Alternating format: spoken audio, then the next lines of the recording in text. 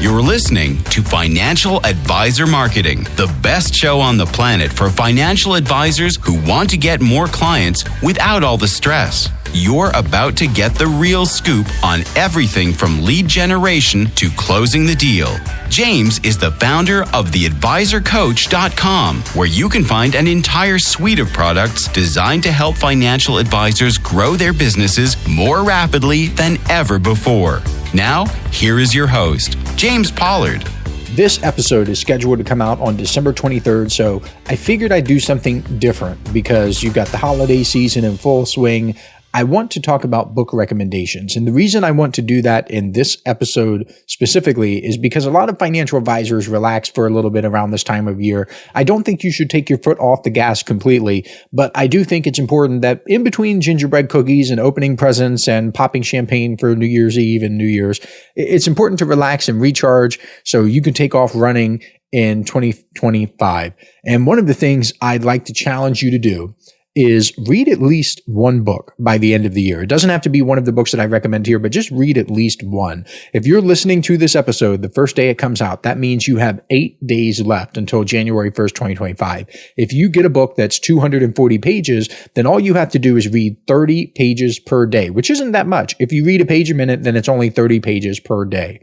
What I'm going to do in this episode is talk about some of my favorite books. These are not necessarily marketing specific, and they definitely are not specific to financial advisors. These are just books that have influenced me and how I think and how I've orchestrated my life. I've read hundreds and hundreds of books over the years, and these are a few that have made the biggest impact. First, we have the Bible. I'm not going to spend too much time on this because I think it speaks for itself. Even if you don't consider yourself a Christian or a religious person at all, I still think that you should have an intellectual understanding of what's inside and how it has shaped the foundation of our modern civilization, especially Western civilization. And actually, you could make a strong argument that we wouldn't even have the other books if it wasn't for the Bible, because the Bible was the most important factor in spreading literacy throughout the world. Other religions had sacred texts, like the Bible isn't the first sacred text in the entire world. Like, it's just not. But it was the first one that was spread throughout the world on that scale because the other religions didn't have the push to evangelize. So the Bible had that. And when people shared the Bible, they were also spreading literacy. I think it's a mistake to get to the end of your life not having read the Bible cover to cover at least once. Yes, read all of it, every single word. Don't just read the main stuff. Don't just read Genesis and then Psalms and Proverbs and then go to Revelation. No, don't do that. I know some people try to skim over the minor prophets and everything. No, everything is important. You should get through it at least once in your lifetime. The second book I'd like to recommend is Think and Grow Rich by Napoleon Hill. It seems like every time I mention this book, I get some pushback. There's somebody who messages me or emails me and says, "Oh, do you know the truth about Napoleon Hill?" Yeah, I kind of sort of know where you're going with this, because sometimes the pushback is from people who say they've read the book, that they didn't like it. They don't see how it applies to their life, or it seemed too weird to them. They thought it was too mystical. And I mean, I guess it kind of sort of is. That doesn't make it false, though. Other times, the pushback is from people who say Napoleon Hill was a con man who made up all the stories he tells in Think and Grow Rich about him meeting people like Andrew Carnegie and Henry Ford, that he just made it all up and he's just a con man. There are some popular online articles out there and even a biography about Napoleon Hill called Lifetime of Riches, and they say bad things about him. And look, I don't know if they're true or not. All I know is that Think and Grow Rich is not about Napoleon Hill himself. The book is about the principles you can use to acquire wealth in your life. And those principles are true. In my experience, I found them to be true. One of the things I like to say is that the truth doesn't matter who tells it, or the truth is the truth no matter who tells it. It doesn't matter if the worst person in the world tells you about gravity, because gravity is still real and it still works whether you like it or not. If you have read Think and Grow Rich and you have liked it, then I'm going to recommend that you read the final book that he published, which is Grow Rich with Peace of Mind. Let's say he was a con man and a terrible person during his life. Well, it seems like he cleaned up his act near the end of his life because he was stressing the importance of being kind to others and not doing bad things, because nothing is more valuable than your peace of mind. So maybe that's his lesson. If he really did all those bad things, that he realized that giving up his peace of mind was not worth it, and that it's important to grow rich with peace of mind. The next book on my list, the third one I have here for you, is The Outsiders by William Thorndike. I talk about this book all the time and I love it. I reread it at least once per year. It profiles 8 successful CEOs, including Warren Buffett. So financial advisors should pick it up for that reason. They love Warren Buffett. Warren is in this book. And the book discusses what those 8 CEOs did differently than everyone else. The cool thing about these CEOs is that you can see their returns to shareholders and you can plainly see that they outperform not only the S&P 500, but also everyone else in their industry. These are real results that are 100% verifiable. They cannot be faked. If you read this book, one of the things you'll discover is that these CEOs did not follow these popular, goofy management trends that ultimately ended up becoming fads. They did not just read airport books and follow those to become successful CEOs. And I think that's important for financial advisors to realize because I see so many advisors who just chase trends in their businesses. They do whatever is flashy right now. They do whatever is hot at the moment. Literally none of the 8 CEOs in this book did that. Not a single one. Instead, they did a lot of things I tell financial advisors to do.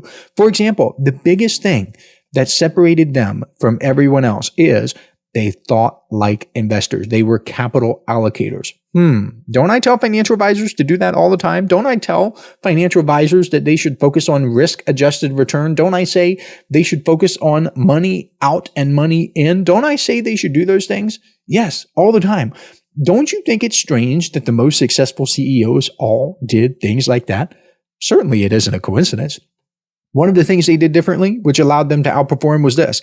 They focused on, and I already told you this, but I want to stress it here, capital allocation instead of just growing revenue. Don't be a revenue chaser. Be a capital allocator. That's money out and money in. The CEOs wanted to increase profit, not revenue. Financial advisors can model this by investing in better marketing strategies. This is the Financial Advisor Marketing Podcast, so obviously I'm going to tie it back to marketing.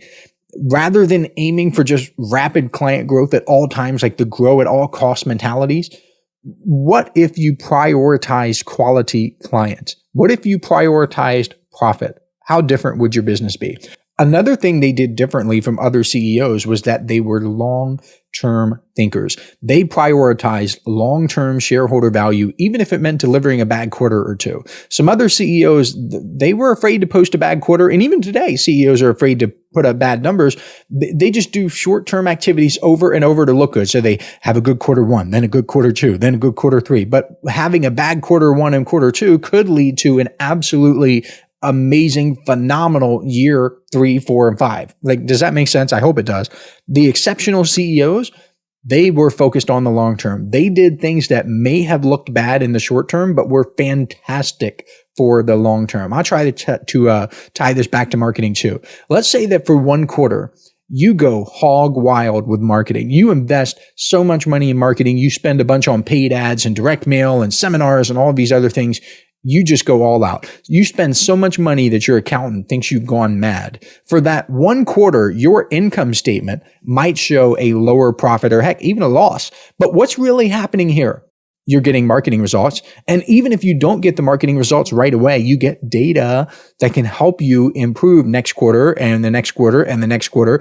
And that's how these successful CEOs operated. They embraced a long-term perspective, and that's why they outperformed. The fourth book I'd suggest, if you want to check any of these books out, I highly recommend this one too. It is The Ultimate Jim Rohn Library. However, this actually isn't a book, like a Kindle book or a physical book. I actually got this from Audible, so it's an audiobook. I listen to this every year, usually in December. This year, I listened to it a little earlier. I love Jim Rohn, so I couldn't wait to put Jim Rohn in my earbuds again. I don't think I've mentioned the newsletter yet, the Inner Circle newsletter, so I'll plug it here. I'll say this. If you are the type of person who likes Jim Rohn or Tony Robbins or Brian Tracy, but primarily Jim Rohn because I jive with Jim so well. If you like Jim Rohn, then you are probably a fantastic fit for the Inner Circle newsletter because you have already been exposed to the success principles and self-improvement mindset that he teaches. So if you like that sort of thing, then you are someone I want as an Inner Circle member. And realize this is the final month and, well, really the final week actually, or final 8 days to become an Inner Circle member for $99 per month. Because on January 1st, 2025, I'm increasing the price of the newsletter to $199 per month. All existing subscribers will be grandfathered in at the $99 per month price, which means if you pay $99 per month now, you will continue paying that in the future, even when everyone else pays $199 per month. So if you'd like to check out the Inner Circle newsletter for yourself, you can do so at theadvisorcoach.com/coaching. Anyway, back to Jim Rohn. I love Jim Rohn's materials because he focused on timeless principles. Are you noticing a theme here?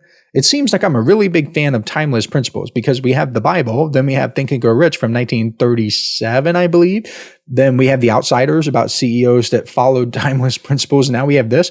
I'm going to give you a few of the biggest lessons I've learned from Jim Rohn that I think can really help you. He is probably most famous for the quote that says, "You are the average of the 5 people you spend the most time with." And I found this to be true. Who are you spending your time with? Are you spending your time with negative people who are always complaining? Are you spending your time with people who would rather watch Netflix and eat ding-dongs than build businesses? Or are you spending your time with people who want to have fantastic lives filled with love and happiness and fulfillment? Because whoever you spend your time with, those people are influencing you and you're influencing them. It goes both ways. You can surround yourself with greatness or you can surround yourself with mediocrity. It truly is your choice. Jim Rohn also said, and this is an exact quote as well, "Success is nothing more than a few simple disciplines practiced every day." He tells a little story about eating an apple every day versus eating a Hershey bar every day. He says, if you ate the Hershey bar today, you probably wouldn't see negative effects. If you ate a Hershey bar tomorrow, again, you probably wouldn't see negative effects. But a Hershey bar every single day would lead to negative outcomes over the long run. Listen up, financial advisors. This is something special I'm doing exclusively for people who listen to this podcast. If you subscribe to the Inner Circle newsletter over at theadvisorcoach.com/coaching, I will send you a collection of 7 copyright-free emails personally written by me that you can use right away to begin getting more clients. I call these my objection-busting emails because they're designed to overcome the biggest objections financial advisors face. All you have to do is send me an email letting me know you've subscribed, and I will reply back with a link where you can download them for free. I originally offered these in the May 2024 Inner Circle newsletter issue, and it was one of the most popular bonuses I've ever given away. Today, these 7 objection-busting copyright-free emails are only available to listeners of this podcast because I'm not mentioning them anywhere else. Go to theadvisorcoach.com/coaching to subscribe today. Now, back to the show. I've seen this in financial advisor marketing as well. When financial advisors tell me they're not getting the results they desire, it is almost always because they aren't doing the things that get them what they want. You can't complain about not harvesting corn if you never planted corn and you never watered and you never did anything to get the corn in the first place. You can't complain about the results you didn't get if you also didn't do any work.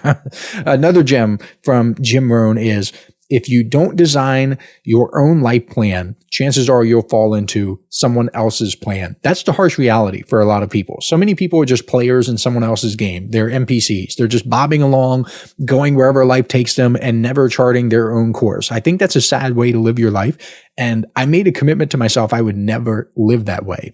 Jim Rohn has been instrumental to me in helping me set goals and figure out what I want to get out of life, because a huge part of the battle is simply knowing what you want. Like, what do you actually want? What do you want your life to look like? What do you want your house to look like, your car to look like, your family to look like, your health to look like? What do you want? Like, you have to figure out what it is you actually want. And even if you don't get the ultimate Jim Rohn library, that's what it's called, you should get something by Jim Rohn. He has books. He has a bunch of videos on YouTube.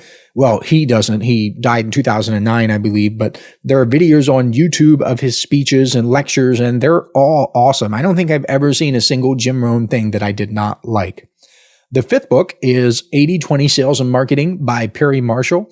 Perry was a guest on this podcast 2 episodes ago, and we talked a lot about the 80/20 rule, so I won't spend much time on this here either. All I'll say is that a lot of financial advisors hold themselves back because they never sit down and identify the 20% of things that generate 80% of the results in their businesses. Here, I'll give you a hint. The 20% is almost always going to come from outside of you. It's almost always going to come from someone else who inspires you or gives you an idea and helps you implement it, or possibly helps you implement it, whatever. That's kind of sort of what the Inner Circle newsletter does. It gives financial advisors the strategies and templates and ideas that they can use to grow and build better businesses. In any case, I am highly focused on the top 20% of stuff because life is short. I don't want to waste my life worrying about the bottom 80% of stuff that only generates 20% of the results. My time is too valuable. My life is too valuable. And I hope you feel the same way. So 80/20 Sales and Marketing by Perry Marshall, fantastic resource. If you didn't grab it when he was a guest 2 weeks ago, you should probably get that now. The sixth book is The H Factor of Personality by Michael Ashton and someone else who is slipping my mind right now. I apologize. Michael Ashton and his co-author that I can't remember literally created the Hexaco personality test, which I believe is the most accurate personality test ever designed. I've been through so many. I've been through the Ocean and the DISC and the Dark Triad and 16 personalities. There are just so many out there. I did an entire 2-part podcast series about the best personality type for financial advisors, where I went through the Hexaco letter by letter and explained what I think the ideal financial advisor would look like. It was fascinating stuff. It was a lot of fun. If you don't want to read any of these books, I still recommend taking the Hexaco personality test, because you will learn a lot about yourself that you might not have known. And the H Factor book specifically is about the H part of the Hexaco. So it's HEXACO. So the H stands for honesty, humility. So someone who is high H is someone who is very trustworthy, someone who's authentic, sincere, someone who has one of the ingredients that makes up a good financial advisor. Someone who is low H, on the other hand, should be cautious about his or her natural inclinations, especially when dealing with clients, because someone who is low H is not going to be as honest or as authentic. That person is going to lean more into what we would call unethical behavior. The H Factor of personality in the Hexaco, it also provides a little bit of insight into why financial advisors might clash or not clash, I guess, connect with certain people over others, why you like certain people more than others. People who are high H, very honest, very authentic people, they're often frustrated by clients and other people who seem entitled or seem greedy. So if you can understand this about yourself, then you can not only grow your business a little bit better, but you can be more at peace as well, because you can realize that not everyone is the same as you, and you cannot make the world conform to your standards. From a marketing perspective, I have seen high H people do really well by leaning into their authenticity. Truthfully, if you're a high H person, if you take the Hexaco and you get a lot of, or you rank highly in H, then you should just continue being yourself. You should put more of you out there in your marketing. You should have more videos, more content. You should be, just put yourself out there, because you're genuine, because your clients, your prospective clients will gravitate toward your style. They will see that you are not faking it. They can see that they will see that you're honest, you're straightforward, you're not super gimmicky. They will gravitate to that. If I could be like a marketing mastermind for every financial advisor, I would have them go through the Hexaco, and the financial advisors who are high H and also comfortable on camera, for example, I would put them in front of a camera. I would just have them talk. I would have them hang out, because their personalities would just shine, especially with something like money, where it's super important and people get nervous and jittery about it. When someone is just straightforward and calm and honest and loving and just a great all around ethical person, then that will come through in the marketing materials. The seventh and final book I'll recommend on this second to last episode of the year is How I Found Freedom in an Unfree World by Harry Brown. This book rocked my world. I am so grateful I found it. Harry Brown talks about several traps that people fall into, which keeps them from their freedom. One trap is the identity trap. This trap comes in 2 forms. First, it's the assumption that others will think and act as we do, leading to frustration when they don't meet our expectations. I used to fall into this trap all the time. I used to think, well, I work really hard at this, so other people work hard too. No, that's not the case. Or I go above and beyond for other people, so I expect others to go above and beyond for me. No, that's not the case. It led to a ton of frustration in my life. The second form of this trap, the identity trap, is the belief that we must mold ourselves to meet other people's expectations. So this is someone who becomes a doctor because his or her parents wanted a doctor in the family. This is someone who does everything to please others and nothing for himself or herself. This is the person who does things that don't necessarily use his or her unique strengths and desires. They're just living for other people. So both forms of the identity trap lead us to live our lives for other people's standards rather than our own. And that's no way to live. Another trap, I'm going to just give you two more. He's got 11 or 12, I think, in the book. He's got a lot. And it's called the intellectual trap. I see financial advisors falling into this one all the time. It's the tendency to believe that we can understand all aspects of a situation, that we can predict outcomes, that we can see what's going to happen, that we're intellectuals. We're smart, right? So it's about believing you're smarter than you are and believing that you have more control than you really do. Lots of people fall into this trap because they're overconfident in their ability to understand complex systems like markets or relationships or even life decisions. There's a popular headline. I think I shared it with Inner Circle members. I don't remember. It was, "If you're so smart, why aren't you rich?" I think that's also the title of another book. And that's kind of what it is. You're falling into the intellectual trap. You cannot predict everything in markets and in a capitalistic society and the value that you bring to other people and how customers will value your services. You just can't. But if you pride yourself on being smart, you're going to get humbled in that arena because you're going to realize that it's not entirely up to you. A lot of it is, but not all of it is. The final trap I want to share with you is the government trap from How I Found Freedom in an Unfree World by Harry Brown. This is where people believe they need to rely on the government or fight against the government to find personal freedom. But the truth is this. If you focus on the government as either a savior or an enemy, either one, doesn't matter. I've seen people love, like, the government's going to fix everything. And I've seen people like, oh, I hate the government so much. Either way, all you're doing is distracting yourself from your personal power, from your freedom. So instead, what you should do is focus on what you can control within your own life rather than changing or trying to change, or even if you do successfully change large institutions, and don't depend on them either. I'm not going to give away much more about that book in this episode. It is a fantastic book, though. I highly recommend it. So to recap, here are the 7 books. If you want to read any of these, please do so. I have read so many different books, and these are the cream of the crop for me. You got the Bible. It speaks for itself. You got Think and Grow Rich. The Truth is the Truth. I know that it gets kind of weird near the end with the sex transmutation. If you have any questions about that, I can try my best to answer those honestly. You got The Outsiders. That's a fantastic, fantastic book. If you like Good to Great by Jim Collins, if you like business books, if you like reading about CEOs, you're going to love The Outsiders. Then you have The Ultimate Jim Rohn Library. That's an audio book that I got from Audible. I listen to that every single year. But the truth is, you can listen to anything by Jim Rohn, and it gets my stamp of approval. Everything I've ever consumed from Jim Rohn has been absolutely fantastic. Then you have 80/20 Sales and Marketing by Perry Marshall. If you're looking for something that'll just help you dig down into what actually works so you can delegate, eliminate the stuff that does not work, then that is going to help you quite a bit. Then you have the H Factor of Personality. I think the Hexaco is the most accurate personality test ever created.